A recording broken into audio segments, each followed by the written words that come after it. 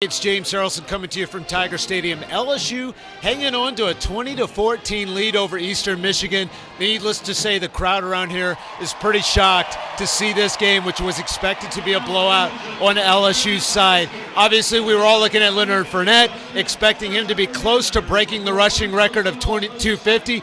That's certainly not the case. I'll get to that in just a second. Let me go to the scoring drive recap right now. In the first quarter, Leonard Fournette scored on a 3-yard touchdown run. And also in the first quarter, Brandon Harris scored off of a 21-yard touchdown run. I've been very impressed by Brandon Harris's running ability, and he's definitely showcased that in some big plays during this game. In the second quarter, Trent Domingue hit a 26-yard field goal. And then later in the second quarter, that's when things got really hairy for LSU. LSU had its first turnover of the year with an interception, and there was 2 Eastern Michigan scores. Shaq Vance scoring off of a 6-yard touchdown run. Darius Jackson then scoring on a 2-yard touchdown run.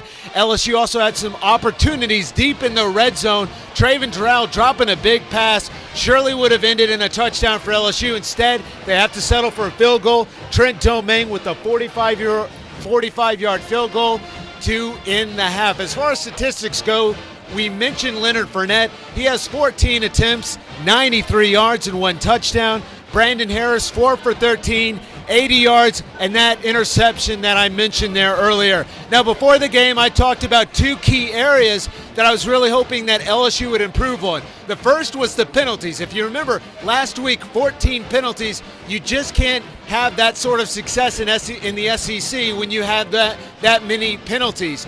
3 penalties for 32 yards for the Tigers. As far as the special teams goes, that was the other area of concern that I had. Jamie Keene had a 40-yard punt in the second quarter, but the real big issue for LSU was a 37-yard kick return from Eastern Michigan. On top of that, LSU has just not had the success that we've expected them to have on the ground going against Eastern Michigan. They were ranked dead last in the nation. So clearly a very shocked crowd here in Tiger Stadium.